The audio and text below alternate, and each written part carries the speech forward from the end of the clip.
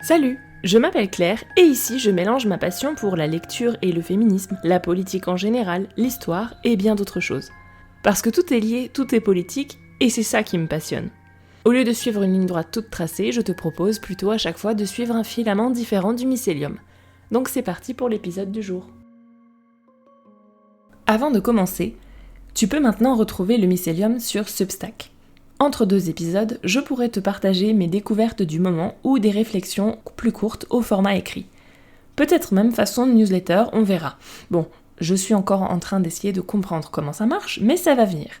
Donc, si tu es sur Substack, rendez-vous sur @myceliumpodcast.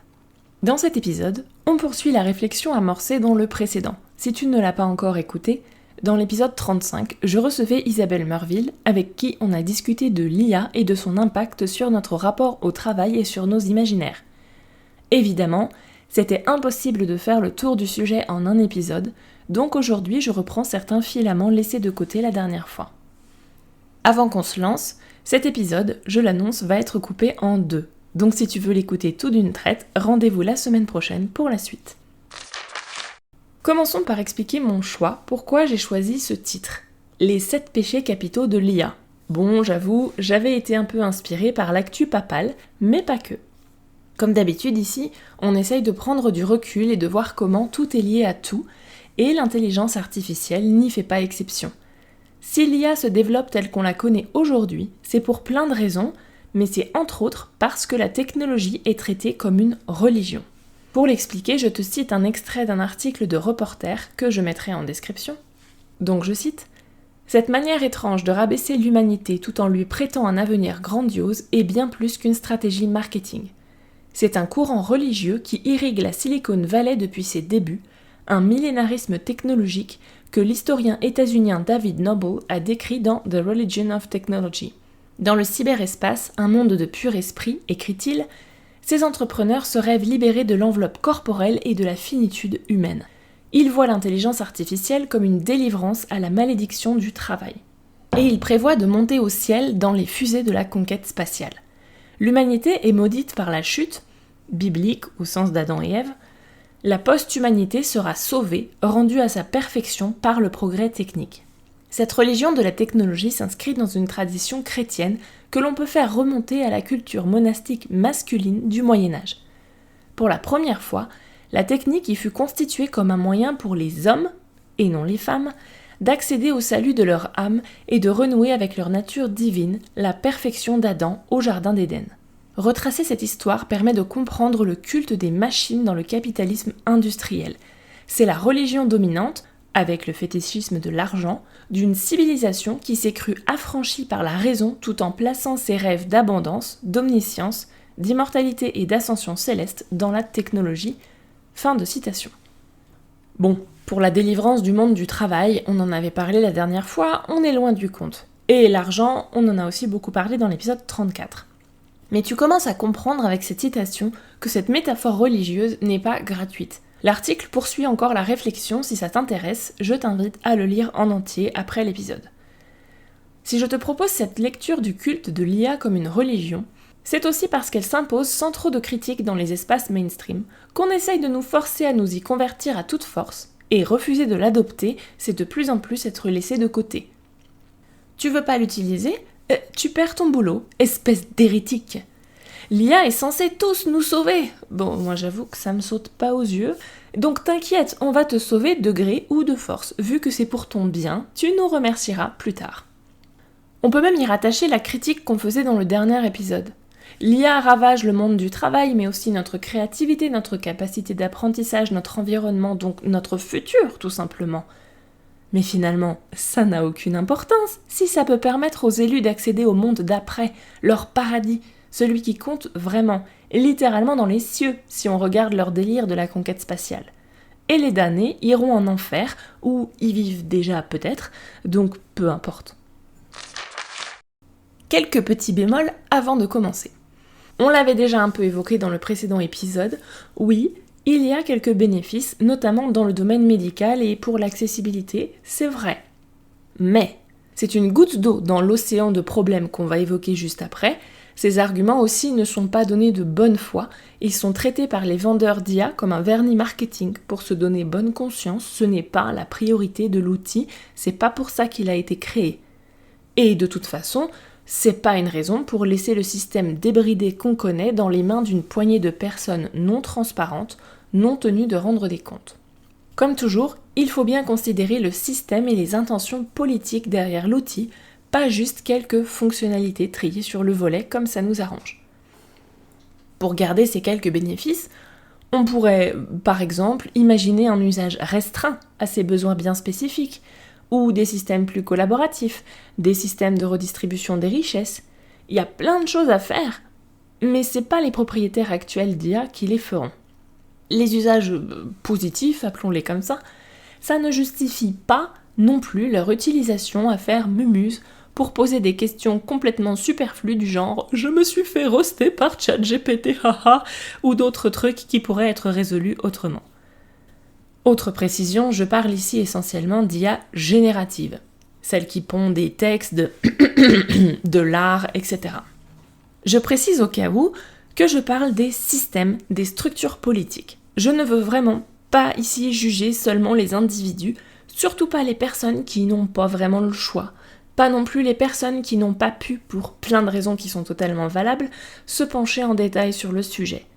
S'informer, réfléchir, prendre le temps de mettre pause est un sacré privilège par les temps qui courent. Les seuls individus que nous jugerons ici sont les personnes au pouvoir, les gourous de cette religion, soyons d'accord. Par contre, quel que soit ton positionnement actuel, je t'encourage à avoir un discours global parce que personne ne peut se permettre le luxe de dire « moi je m'en fous, ça me concerne pas, tout ça ».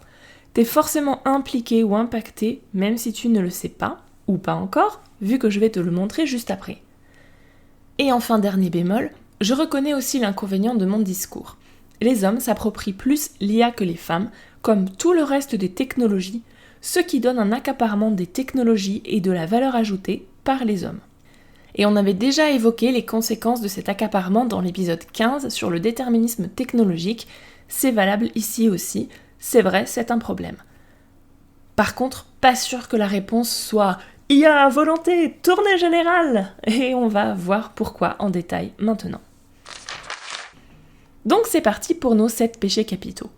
Petit préambule à garder en tête et valable pour tous les points. Ces 7 péchés capitaux ne sont pas cloisonnés, ils peuvent parfaitement se combiner pour amplifier encore le problème, une sorte de giga-intersectionnalité si on veut. Autre point, tu vas le voir, l'IA n'invente rien, mais rien de rien, et des fois je me demande si c'est pas ça le plus triste en fait. Ce qui fait que souvent, l'IA ne vient pas fondamentalement créer le problème. Par contre, elle va l'amplifier, faire exploser de manière démesurée des problèmes existants, sans jamais vraiment rien résoudre. Par exemple, l'IA n'est pas la cause du sexisme, loin s'en faut, mais elle vient dégrader un problème déjà bien existant. Alors c'est sûr, débrancher l'IA ne résoudra pas tout du jour au lendemain, on est bien d'accord.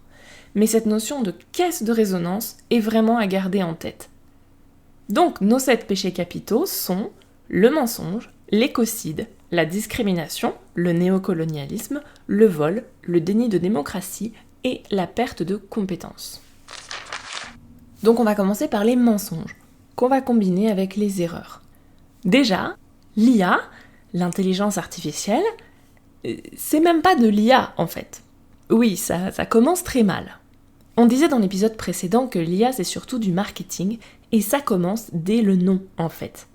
On devrait parler de réseaux neuronaux, de traitement automatique du langage, d'automates computationnels ou numériques, ce qui fait vachement moins sexy. Pourquoi ? Il y avait du budget pour développer l'intelligence artificielle, pas les modélisations statistiques numériques. Qu'à cela ne tienne, on bosse l'emballage et c'est bon. Marketing, on vous dit. Et bien évidemment, joie de la propagande, pour qu'on me comprenne, je vais quand même être obligée de parler d'IA. C'est la beauté de la chose, c'est la maison qui gagne à tous les coups. L'outil qu'on a là globalement, c'est pas de l'intelligence. Comment ça fonctionne ? Pour le dire très simple. Tu entres des masses de données d'un côté, et de l'autre tu recraches des résultats. À l'origine, l'idée était de s'inspirer du fonctionnement des neurones, mais en fait notre cerveau est un peu trop compliqué. Du coup, on s'est rabattu sur un traitement statistique des données. Alors que le cerveau humain, lui, par contre, n'est pas très bon en stats. C'est pas comme ça qu'il fonctionne. Sinon, on choisirait toujours l'ours et on aurait plus peur des hommes cis que des attaques de requins, mais je digresse, revenons à nos moutons. Donc c'est pas de l'intelligence, et pour ça je vais citer Noam Chomsky, un linguiste états-unien. Contrairement à ChatGPT et ses semblables, l'esprit humain n'est pas un volumineux moteur de recherche statistique en quête de modèles, avalant des centaines de tétraoctets de données et extrapolant la réponse la plus probable à une question ou la solution la plus vraisemblable à un problème scientifique. Bien au contraire, l'esprit humain est un système étonnamment efficace et même raffiné, qui fonctionne avec de petites quantités d'informations. Il ne cherche pas à déduire des corrélations sommaires à partir de données, mais à élaborer des explications. Arrêtons de l'appeler intelligence artificielle et appelons-la comme elle est, logiciel de plagiat. Fin de citation. L'autre problème de cette intelligence qui n'en est pas une, l'autre forme de mensonge finalement, c'est que l'IA ne sait pas qu'elle ne sait pas. Ou alors elle refuse de l'admettre et dans tous les cas te brode des réponses de mauvaise foi pour faire semblant qu'elle sait. Je sais pas ce qui est pire, quoique déjà lui prêter de la mauvaise foi, c'est lui prêter de l'intention et c'est déjà trop en fait. Ces outils peuvent affirmer n'importe quoi avec beaucoup d'aplomb, recracher des idées non comprises et dangereuses sous couvert de neutralité, c'est finalement le boss final du mansplaining quelque part. C'est donc la foire aux erreurs, aux hallucinations et à la désinformation. D'après une étude menée par le Tao Center for Digital Journalism, sur 1600 requêtes testées sur 8 moteurs IA, plus de 60% des réponses étaient incorrectes. C'est même plus de la roulette russe à ce stade. Pour quel autre truc tu accepterais d'avoir une chance sur 3 d'avoir un truc qui marche ? Le souci étant aussi qu'on va présumer que le résultat est bon, alors qu'on devrait présumer que c'est faux jusqu'à preuve du contraire. Cette absence de qualité, elle est due notamment au fait que l'IA ne se pose pas de questions, elle ne sait pas faire. Elle ne pense pas vraiment vu que c'est pas de l'intelligence. Par exemple, en générant une image, elle peut très bien mettre 3 horloges au mur parce qu'elle ne fait pas la différence entre un outil fonctionnel et de la déco. On ne fait qu'accumuler des quantités astronomiques de données absolument inutiles dans le meilleur des cas. Et ça devient de plus en plus facile de produire à la chaîne des contenus inutiles, voire faux. Et ça s'accumule dans une boucle rétroactive. Tout au plus, les chatbots vont nous dire « Oh oui, oups, je suis pas bien fini, donc je peux faire des erreurs, faut vérifier. » Traduisons, surtout si t'as besoin de rien, tu me demandes, hein. Du coup, tu sers à quoi ? Si je dois vérifier, autant vérifier tout de suite, non ? Et zapper l'étape, demander au chatbot. Du coup, je me demande, s'il faut maîtriser parfaitement un sujet ou un corps de métier pour pouvoir utiliser l'IA sans trop de risques, à quoi ça sert ? Autant faire soi-même ou demander à des spécialistes. Au-delà des erreurs de résultats, il y a une erreur de démarche. Parce qu'avec tout ça, on va réduire le travail humain à une série de tâches, et ça fait qu'on oublie l'essentiel. Prenons en exemple la rédaction. La rédaction, ce n'est pas juste pondre des mots à la chaîne pour faire des phrases. Par exemple, si je te dis « je suis en train d'écrire un épisode sur l'IA », l'écriture proprement dite, en fait, elle arrivera à la toute fin. Avant, il y a des heures et des heures de lecture, de prise de notes, de visionnage de vidéos, des réflexions, des réveils en pleine nuit sur fond de « oh ouais, je sais, je vais combiner telle et telle ressource et ça va donner un truc cool ». Des discussions, des « tu pourrais me donner ton avis là-dessus parce que je suis pas trop sûre ». Et bien sûr, la capacité à se poser les bonnes questions sur ce qu'on veut dire, de quoi on veut parler, nos valeurs et j'en passe. Même derrière le moindre post Instagram fait intelligemment, il y a des heures de tout ça. Dans la même sauce, on parlait l'autre fois des imitations de Ghibli, qui n'ont aucun intérêt parce qu'on n'aime pas Ghibli à cause des beaux dessins. On l'aime pour les histoires, pour les messages, pour la musique, parce que ça nous a aidé à grandir pour plein de raisons. C'est très à la mode cette nostalgie bidon et creuse, mais ça n'a aucun intérêt. Mais finalement tout ça c'est logique et ça s'explique par une mauvaise compréhension des chatbots.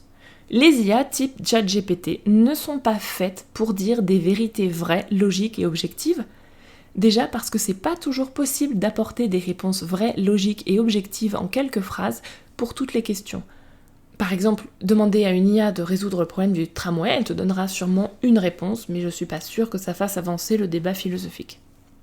Les chatbots sont là pour faire une conversation, te dire ce que tu attends, notamment par l'analyse statistique des réponses les plus probables. Donc ce que l'outil va te dire dépendra aussi de vos conversations précédentes, qui orientent le contexte. Contrairement par exemple à un bouquin de linguistique, de sociologie ou d'histoire, qui contiendra toujours le même texte selon qui le lit, et pour les ouvrages sérieux s'appuiera aussi sur des sources scientifiques clairement identifiées. Le chatbot finalement, il va essayer d'imiter une vraie conversation. Par exemple, pour éviter des prises de tête pas possibles, on va parfois éviter des réflexions trop féministes ou politisées avec des gens dont on sait très bien que les opinions sont radicalement opposées aux nôtres et qu'on va se fatiguer pour rien. Du coup, on va rien dire ou se contenter de platitudes de temps en temps. Ce qui ne reflète absolument pas l'état de la science ou notre opinion réelle, c'est juste une conversation. Autre exemple, des fois tu vas dire « Oh, qu'il est beau ce bébé !» pour pas vexer les jeunes parents alors que le bébé est moche ou que tu t'en fous royalement. Ben, ChatGPT c'est pareil, il va essayer de te faire plaisir, y compris en inventant des trucs faux. Sauf que lui, il se contente pas d'un mensonge de politesse, mais il invente des sources, des informations scientifiques qui n'existent pas, toujours pour te faire plaisir, et c'est là que c'est un problème. L'autre effet collatéral de ces mensonges, qu'on appelle plus poliment hallucinations parfois, l'IA nous fait perdre des compétences pratiques. Rédaction, code, dessin, créativité en général. Certes, mais pas seulement. Cette prolifération des erreurs, elle va aussi amplifier la perte d'esprit critique, c'est déjà démontré par des études. Plus précisément, plus on fait confiance à l'IA, plus on perd son esprit critique, moins on pense à la questionner. Et tu me diras, c'est pareil avec les gens. Plus tu me feras confiance, plus ce serait facile pour moi de te faire gober n'importe quoi sans vérifier, moins tu penseras à questionner ce que je dis, alors que je pourrais mentir ou me tromper de bonne foi. C'est pour ça que, contrairement à un chatbot, je te file mes sources à chaque fois. L'IA, là encore, amplifie à mort le problème dans des mesures qui dépassent de très très loin la simple relation de personne à personne. La confiance n'est pas le seul facteur à ça. On nous dit que l'IA c'est génial parce que ça va nous faire gagner du temps. Ben oui, mais plus tu vas vite sur un truc, plus t'as de risques de laisser passer des conneries. Plus on va vite, moins on prend le temps de se poser les bonnes questions. Et là encore, il n'est pas question d'imaginer des génies du mal en train de se frotter les mains. Si ton patron ou ton client divise par 2 le temps que tu peux consacrer à une tâche, ben t'auras 2 fois moins de temps pour prendre le temps de bien faire, même si t'es parfaitement de bonne foi, parfaitement compétente. Tout ça c'est accouplé avec la perte de créativité observée. Non seulement ça risque d'être faux, mais en plus ça va être standardisé, uniformisé avec une réduction du champ des possibles. Malheureusement, l'IA ne tue pas que la vérité, nos imaginaires et l'esprit critique.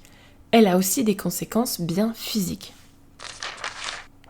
C'est là qu'on arrive au deuxième péché capital, l'écocide. Ça peut demander une certaine gymnastique pour s'en souvenir. On est peut-être à l'ère du distanciel, du numérique et de la dématérialisation dans tous les sens. Mais tout ça, c'est pas magique, ça ne flotte pas dans l'éther ou que sais-je. Tous ces outils sont totalement incarnés physiquement, matériellement. Ça commence par les terminaux sur lesquels tu utilises ces ressources, ordinateurs, téléphones, consoles et autres montres connectées, les câbles et les réseaux qui font circuler les données et l'électricité.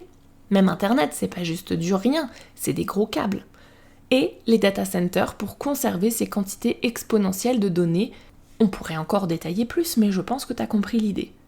Et donc toutes ces technologies, dont l'IA qui est le sujet du jour, ça a des incarnations et des impacts bien physiques, concrets et bien ravageurs pour l'environnement. Notamment, on a une explosion de la consommation d'électricité, je cite un article d'Alternative Économie. Le besoin de calcul informatique pour l'IA a été multiplié par 1 million en 6 ans et il décuple chaque année. Une requête sur ChatGPT consomme environ 10 fois plus d'énergie qu'une requête sur un moteur de recherche classique. Fin de citation. J'ajoute que tout ça devient de moins en moins intéressant comme info, vu que Google pousse l'IA même dans sa page de recherche normale. Il faut aussi parler de la consommation d'eau, notamment pour refroidir tous ces data centers qui chauffent énormément et tournent H24. Et aussi, de toute façon, l'eau sert à la production d'à peu près tout en général, même si on n'y pense pas. On estime qu'une requête sur ChatGPT consomme en moyenne un demi-litre d'eau. Ce péché capital, couplé à celui du déni de démocratie, ça fait que le jour où il faudra choisir entre boire et arroser un data center, on ne vous demandera pas plus votre avis que quand Nestlé prive des villes de leur source d'eau pour la mettre en bouteille et la vendre. Pourtant, le pire, c'est que l'écologie est un argument en faveur de l'adoption de l'IA et de toutes les nouvelles technologies. Je cite le même article d'Alternative économique. Ça permettrait de mieux gérer les forêts et prévenir les incendies, mieux anticiper les risques climatiques pour s'y adapter, optimiser les plans de circulation dans les transports, prévoir les fuites d'eau sur le réseau ou encore optimiser la performance énergétique des bâtiments. C'est-tu pas beau tout ça? Sauf que, il y a un concept important à connaître, c'est celui de l'effet de rebond, qui est l'augmentation de consommation liée à la réduction des limites à l'utilisation d'une technologie, ces limites pouvant être monétaires, temporelles, sociales, physiques, liées à l'effort, au danger, à l'organisation, etc.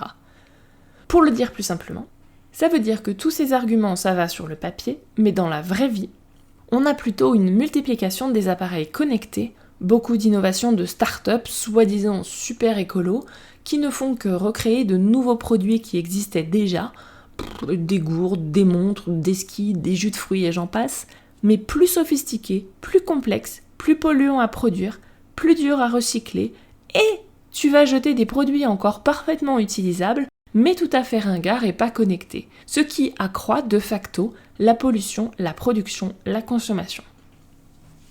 Il faut de plus en plus de terminaux pour utiliser ces outils, et c'est là qu'on voit qu'il ne sert à rien de critiquer les individus. Dans le même temps, les services publics et les services des entreprises utilisent ces outils pour supprimer des postes, ce qui fait qu'on n'a pas toujours le choix de les utiliser.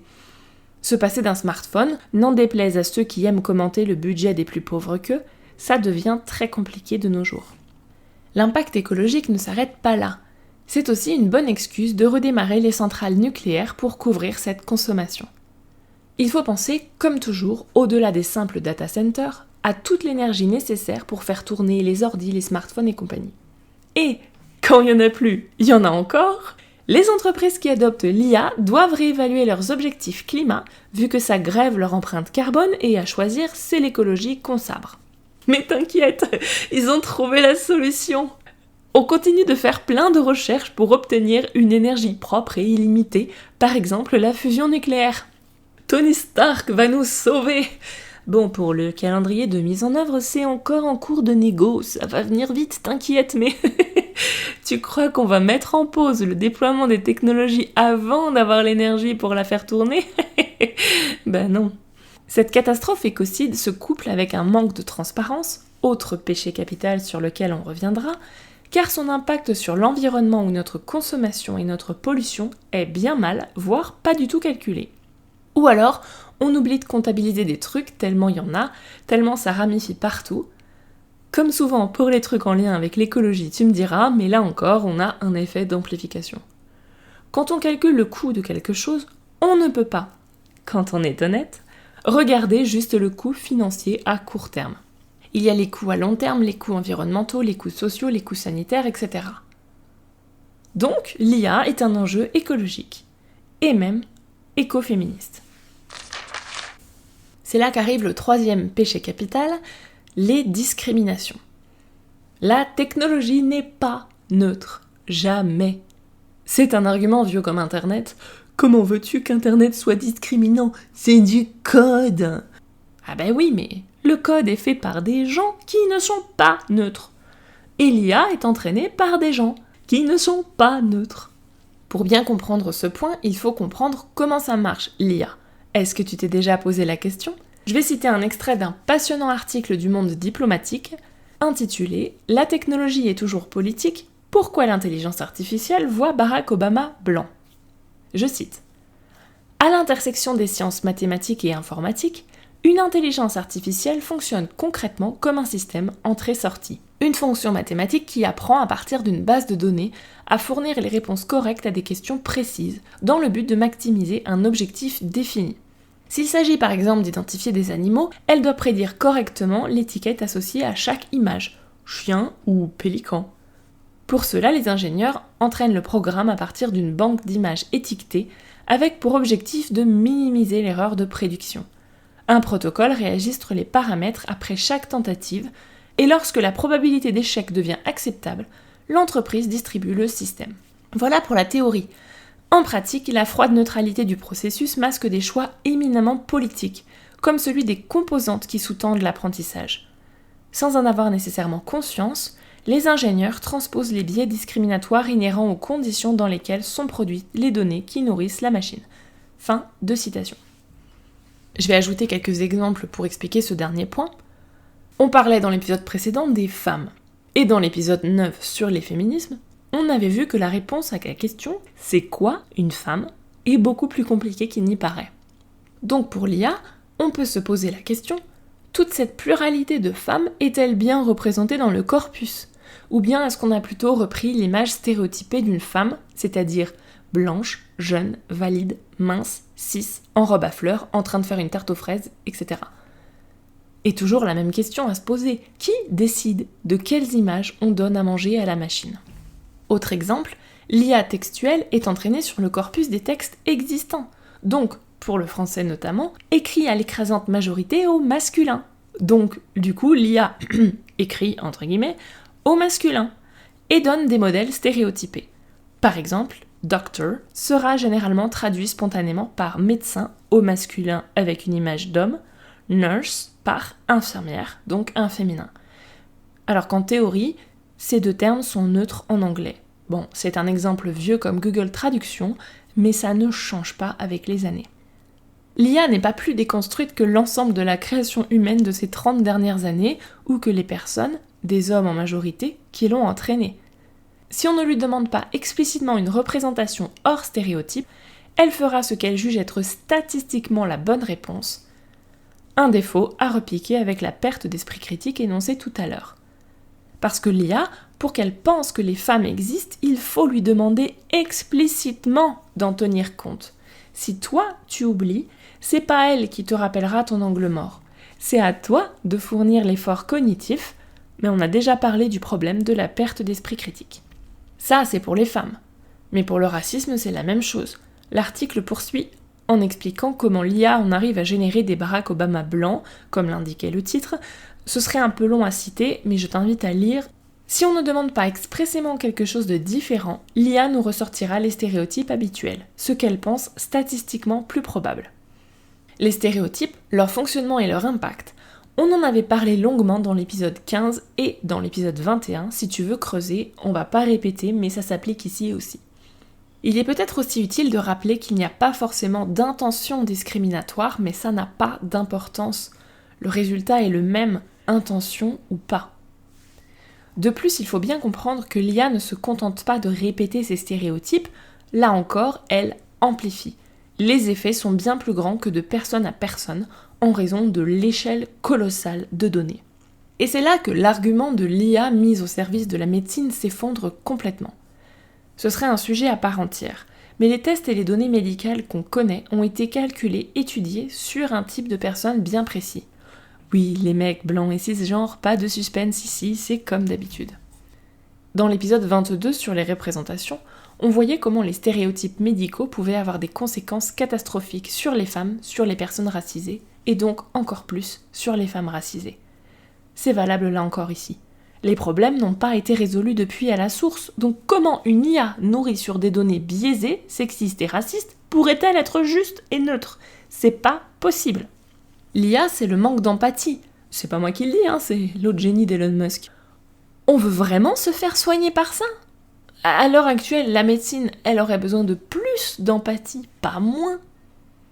L'IA, ce sont aussi les deepfakes qui ciblent majoritairement les femmes. C'est la création de stéréotypes inatteignables au point qu'on ne sait parfois même plus à quoi ressemble une vraie personne. L'IA est aussi utilisée de plus en plus pour le profilage, la vidéosurveillance, pour fliquer la fraude à l'aide sociale, donc pour cibler les pauvres, les quartiers défavorisés, les hommes racisés. Là encore, on amplifie un problème existant sans rien régler. De manière générale, l'IA va entraîner une uniformisation de nos modèles. Regarde tous ces visages et ces corps lisses, sans rides, symétriques, uniformes, caricaturaux. L'humanité réside et prospère dans la diversité, pas l'uniformité. On a aussi l'uniformisation des idées. Explication par un exemple. On va te dire « Oh, l'IA, c'est pratique pour faire des résumés de bouquins. » Mais l'autre jour, j'ai fait un résumé d'un livre. Et une collègue a fait son résumé du même livre.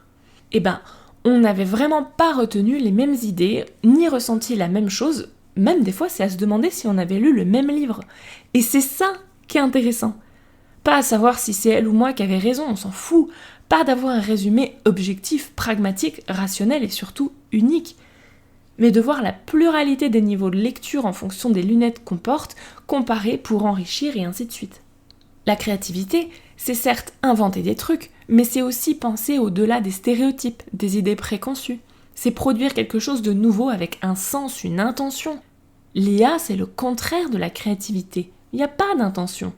Autre exemple de lissage, qui va galopant, tout est mis sur un pied d'égalité, et la surveillance, comme elle est automatisée, mécanisée, c'est de pire en pire. Par exemple, sur YouTube, tu vas te faire striker si tu parles de viol, d'esclavage et compagnie, que tu sois pour ou contre, que tu glorifies ou que tu éduques et dénonces.